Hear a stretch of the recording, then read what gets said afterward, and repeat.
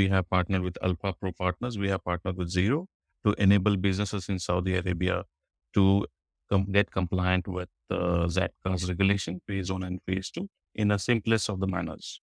We are ready for phase 2 from our perspective. We have done all integration seamless so that for you who is using Xero, you can automatically and easily connect and deliver each invoice to tax authority and get a positive response from the tax authority. We are actually a compliance partner for all the businesses in Saudi Arabia. E-invoice generation is critical to all businesses going forward. Now, there is some confusion in what is an e-invoice. Earlier, the perception before implementation of e-invoice regime, it was that any invoice which is generated by any electronic system is an e-invoice. But this definition is not applicable anymore. An e-invoice is that invoice which is created by your software. It is sent to the tax authority. Tax authority will say yes or no, approve or reject. And then once it is back to you, that becomes an actual e-invoice. This e-invoice information is recorded in the tax authority's database. Based on that, they will tally that with your return filings, your claims, and your tax liabilities. We as a partner provide highly scalable API-based integration. In case you are a non-Xero system and you want to consume our APIs, we are completely ready with that. Apart from that, if you have no other accounting system and you simply work on Excel sheet, then also you can come and upload your Excel sheet on Marmin platform, and we provide you compliant e-invoices where each invoice gets delivered to tax authority and you receive a compliant with invoice with QR code. SFTP based is a secure folder transfer protocol based integration. This is required for those companies who want asynchronous synchronization and not a real-time e-invoice delivery. And finally, the last option is web UI based. So as a company, we have built integration for many applications, including Xero, where the businesses are not localized in Saudi Arabia, but there are not many local users of Saudi Arabia who are using and running their businesses on these softwares. We act as a natural extension for these applications, and we provide compliance to them. There are many use cases in which Marmin helps businesses automate or streamline their internal processes and leave all the hassle of creation of e-invoices or compliance on Marmin. For example, e-commerce, you have a website like e-commerce website like a giant Amazon, and there are a lot many sellers who are on the platform. They want to get compliant, but Amazon may or may not provide extension. So we can just provide an extension there, and you can create all your invoices in the compliant manner. Same like that, roaming crews, traders, or remote project teams on the field, we can help them in creating compliant invoices on the go.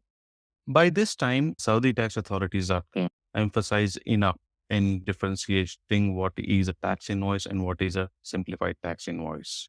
They have done massive events, massive marketing about the product, about the requirement of compliance, and what is the differentiation. We are just highlighting some of those here so that there is clarity in what we are going to see in the demo also. Tax invoice is a standard tax invoice, which is actually B2B, just a business. And phase 2 requirement includes that this will be a clearance model. When it is said that it's a clearance model, it means that every invoice created by the business will first be cleared by tax authority and then issued to the customer. When this happens, everything, the clearance comes from the integration. There is an embedded XML in the invoice. If you have a paper-based invoice and it is not linked to an XML, then it might not be compliant. If the tax authority comes to you for audit and you have invoice shown in a paper, they will for sure ask you, where is the attached embedded XML for this? Show us in a digital format. This embedded XML is what the tax authority delivers to you after it is cleared or rejected. Okay. Each document has a unique identifier. This is not the invoice number what you have. You can have 10 systems generating same invoice number, but each should have a unique identifier. tax authority mandates. Cryptographic stamp is like any simple parlance, it is the digital certificate. Okay. So if you have a digital signature, you have a digital certificate attached to it, something similar to that. So each invoice will be cleared with a cryptographic stamp. Okay. Previous invoice hash is very much important in this. This is how the tax authority validates or audits the sanctity of the software which you're using. What it means is, for example, you are creating one invoice now. It starts with 1. In the background, it will be encoded with some digital encoding, which will indicate that this is invoice number 1. Then you create invoice number 2. It will be digitally encoded in the background that this is invoice number 2. Then you create a credit note with credit note number 1.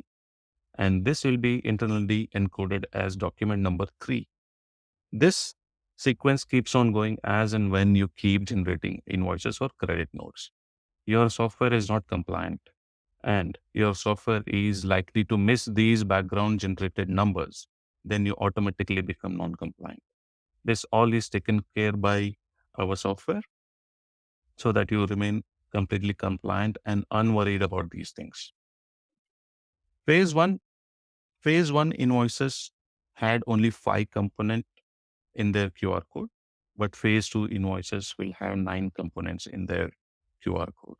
These 9 components are consisting of 5, which is from the phase 1 itself, but 4 components are coming from the tax authority.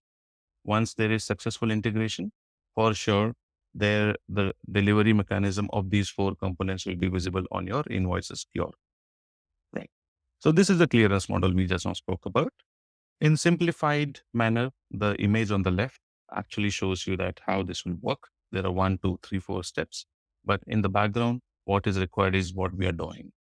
The simplest of the manner is to just make you visualize the process.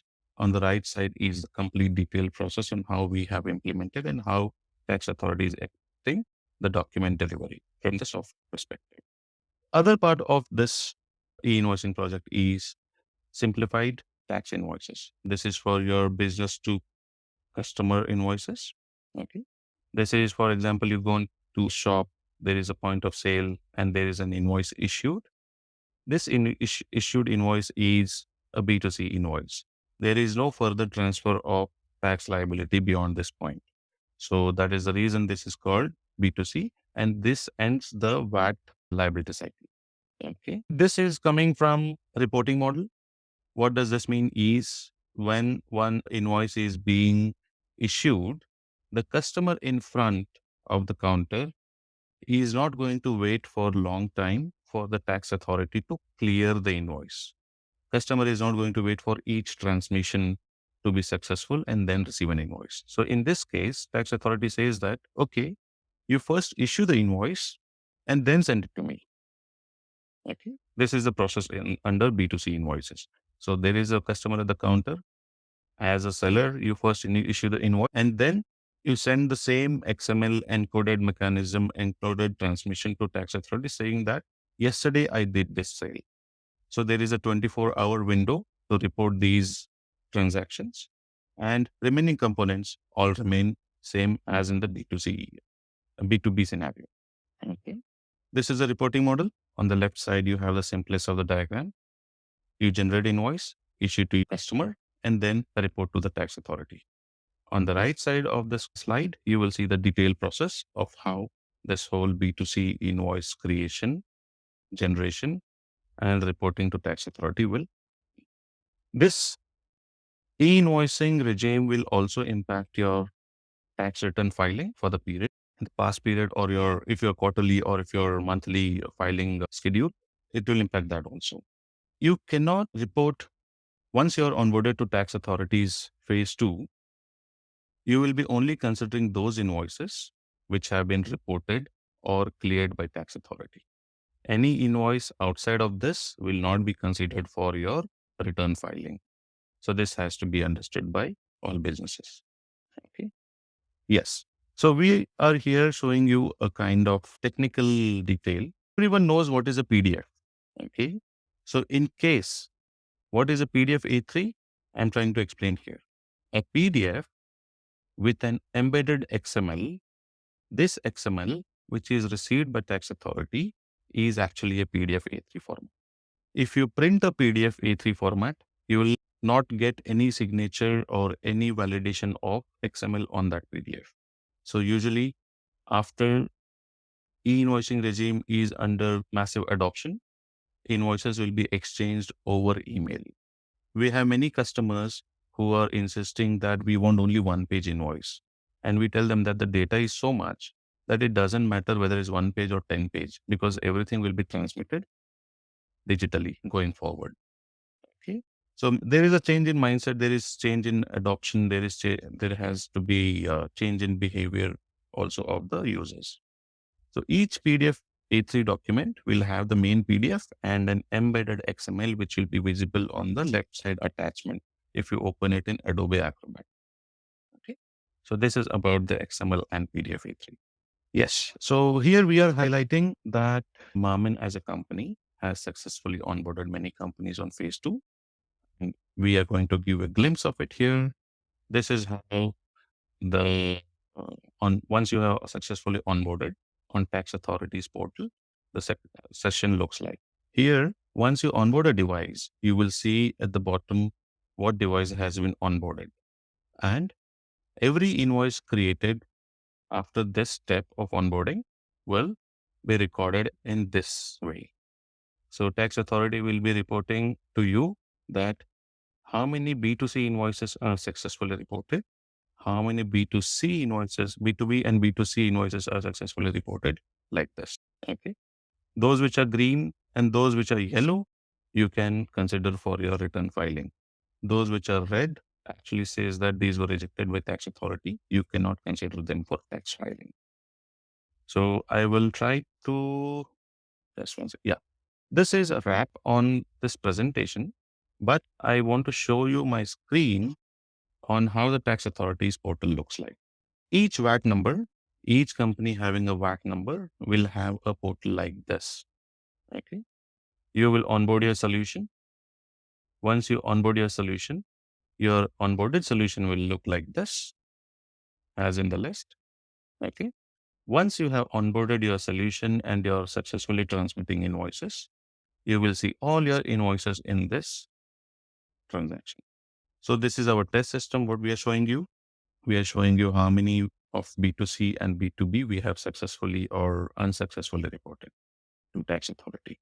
Those which are reported here, these are B2C invoices. Those which are cleared, these are B2B invoices. So this is just a glimpse. Thank you very much for that really detailed explanation of how phase 2 works. I think that was really insightful, and there's things that I didn't even know. I think what we can do is, we'll open up Q&A in terms of on the comment section. And if, for example, someone has any Q&A, you can answer it then. So I think it'd probably be let's go and show a live demo how Xero integrates with Marmin, and then we can do a Q&A after then. Sure. I'll do that now. Thank you very much. So while I think Sangamish is at the moment, he's just getting his screen ready. So we've used it for a lot of our clients, and it's quite a nice system. It integrates seamlessly, and it really helps with our clients in terms of how they how they comply with e-invoicing with Xero as well. So you just wait for that to happen. If there are any Q&As for now, feel free to put it in the comment section, and we can answer them at the end of the presentation. Q&A can be on e-invoicing, the regulation, how it works. Also can be on how Xero works as well in KSA. So we can answer those questions as well. So I have shared my Xero screen as well as my Marmin account screen. So how this happens is we will first have to create, you might be already having your existing Xero account. The only thing you have to do after that is go sign up on Marmin, go to the settings area. In the settings area, you want to go to the organization settings. Once you have built your company profile in the system, you simply go here and click on connect to Xero. Okay. So you select which business profile and this is just to gather which connection you are going to establish, which company you are going to link with your Xero account. You click on, here there is a button which will be connect to Xero. Once you're going to connect, that will be same authentication what you use for Xero, and then you are good to go. Once there is a successful connection established, you will see Marmin to be in the app connections. Okay. So here you see that Marmin is a connected ZATCA E-Invoice app. How does this happen now going forward is once this connection is established, we simply run a transaction. For example, I'll show you one example here that there is a customer which is created and this customer is already existing in Marmin and Xero. Okay. So this is the best company we have. I'll go and create an invoice on this system now on Xero side. New invoice, best company, due date, taxes, and okay. Once the transaction is done, it will automatically come in. But if you have some apprehensions, you can go to the log area and log area will show you what it is. What are the transactions which are running? Okay. So this is how we show successfully credit notice created, a debit notice created, customer is updated. We record all that log. Okay. So we'll go on this side, invoices. It will take some time to be reflecting on the system. Okay. Now you see this. On the left side, we have invoice 007. On the right side, we have invoice 007 for the same company. 10,000 plus 1,500. Then we have the mechanism of automating this and sending it to your customer automatically. If you don't want to activate that feature, you can just download the invoice and send it across to your customers. We have provided several templates. I'll give you one of those. Right. So this is one of the template. There are several, 2 or 3 more templates. This incorporates everything related to requirement by the tax regulation, addresses, names, the labels in Arabic, translation, bank details, currency translation, everything. One thing which we have not tried to automate is the description of the item which you are going to add it into the invoice. The reason being, commercially available, publicly available translations are not so accurate. And it depends on your customers' focus on the correctness of text in Arabic. So if software fails and you are forced by the customer to revise the invoice, then it becomes an additional task to you. In the new e-invoicing regime, you cannot go and edit an invoice. For the invoice which is created, you create a credit note. After that, you go and create a new invoice with the correction. So every time you're correcting an invoice, you have to actually nullify the VAT liability applicable by creating a credit note. Okay. So this is, I have shown you one scenario. Our integration works for customer update, invoice, and credit note. Okay. These are the specific 4 areas for e-invoicing. So anything other than that, we are not integrated and we are not doing it. That's all from my side, Rehan. Any more questions, anything, or any more document, we can just show again as a try. Sorry, I'm on mute. That was a really good, really easy demonstration of how Marmin seamlessly pulls the invoices from Xero to create a compliant invoice. Just to clarify, obviously, phase 2, the customer doesn't have to do anything, right? So long as you guys are obviously phase 2 compliant, it automatically goes to ZATCA, or would there be a second stage after that? No. So ZATCA has so far not laid any guideline on what Yeah. should be the delivery mechanism to customers. Yeah. Once an invoice is reported to tax authority, it's based on the agreement between the buyer and the seller that how Yeah. they want to get the invoice delivered. If there Okay. is a system to system transmission, it is their choice because Yeah. it's going to integrate with their system. Okay. And not every customer is going to work this way.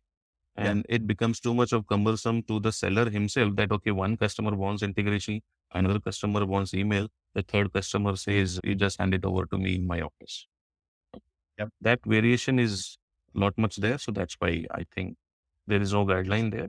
It is up to the prerogative of the seller that how they want to deliver the invoices. Fair enough. Thank you very much for that. That was really useful and insightful. We've got one question from Rajendra. He's asking, what's the turnover limit for e-invoicing compliant So as I mentioned from the beginning, there are two phases, phase one and phase two. So for the phase one e-invoice, there is no limit. For VAT register, you have to submit e-invoices to your customer. The question now is phase two. So phase one is where you can see test company, you have an invoice, you can send out your e-invoice to your customer and it will have a QR code, and that QR code, as Bangladesh rightly mentioned, there's various elements on that are mandatory. So that if you're based in Saudi and you're invoicing Saudi, you have to be able to produce that from as of December 2021.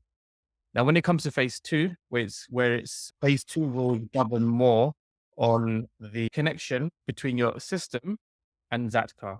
So effectively what happens is when you send an invoice out, you're not just sending it to your customer, it's also going to ZATCA. So they have a copy of it as well. In very simplistic terms, that has turnover limits. So this year, the limit was 3 billion reals of revenue. So if your business with more than 3 billion revenues of real, annual revenues of 3 billion, then you have to make sure that your system also is compliant with phase two. There's been another announcement where there's a second wave, and that wave reduces from 3 billion to 500 million. So if your revenue over 12 months is 500 million, you have to be compliant with phase two. Now, Marmin's already compliant with phase two. Whether you're big business or small business, they've got you covered. The expectation is while they continue to reduce the revenues, you need to be ready as a business. For any business to be ready with this type of technical system can take 6 months, can take a year. So it's important that you are planning ahead. It's important that your accounting department, your customers, your salespeople, they know the process of how to invoice and ensure that it's compliant. Because if you send one invoice that's not compliant, you get fined, right? So it's making sure that you're ahead of the curve now. And Mom is a very simple system to use, very straightforward. Pricing is very good as well. And so, like I said, we partner with Marmin for our clients in Saudi and we're very happy with it. And so my long answer to that is yes, there is a turnover limit phase two, but that doesn't mean you shouldn't start thinking about it now, especially when you have a system, a cost effective, simple system like Marmin on the market as well. I have Yep. one more point to add to Rajendra's question. It's not only that you have to be compliant, you will be dealing with many customers who will be forced to get compliant. And once they are getting compliant, they'll be aware of what is the phase two requirements. And then to increase adoption, for example, the people who are dealing with Aramco is pushing them to get compliant as soon as possible because this will streamline their internal processes also. They cannot have two set of invoices, one which are coming in phase two, one which are coming in phase one, and they have internal team who validates this. So operationally, those companies, those customers who are on phase two, they are willing that market also adopts phase two as quickly as possible. That's an excellent point as well. Here's one question, Rehan. The question is, will Marmin help onboard on phase two? Yes. So all VAT numbers, all businesses having their VAT number, they need some assistance to onboard. You can go onboard by yourself, but if there is no connected software, that won't help. Okay. So Marmin helps you onboarding tax authorities for phase two, and Yeah. that activity from us will take maximum 15 minutes or 20 minutes. So we are all set for that. Do you have any final thoughts that you want to share with anyone? So it's not only about software, it's also about the compliance and ease of compliance. So there are guidelines that what kind of software you have to use. In that, a very critical point also comes that the software should be data localized in Saudi Arabia.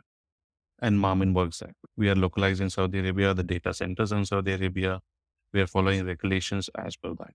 So it's up to the customer's choice. I mean, our customer's choice, which is that can be Rajendra or anyone in the market who wants to choose a software which might be sitting somewhere else in the world, which will be subjected to scrutiny also. So be careful in those things. Software adoption is one point. Cybersecurity related concerns are also another point, in which we are all set to make you come. Cool. No, thank you for that, Sangmesh. I mean, my closing remarks is, look, for me as a business, we like to have systems that are seamless.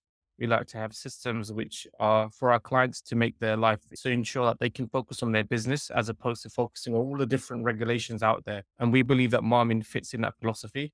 and hence why we're happy to kind of showcase that to, to our, customers, our clients, our prospects as well. Feel free to reach out to them directly. Contact us if you want a demo, and we can do that for you. And they're very cost effective as well.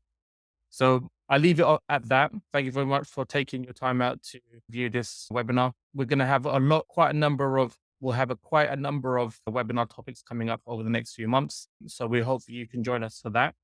Until then, thank you very much and enjoy the rest of your day.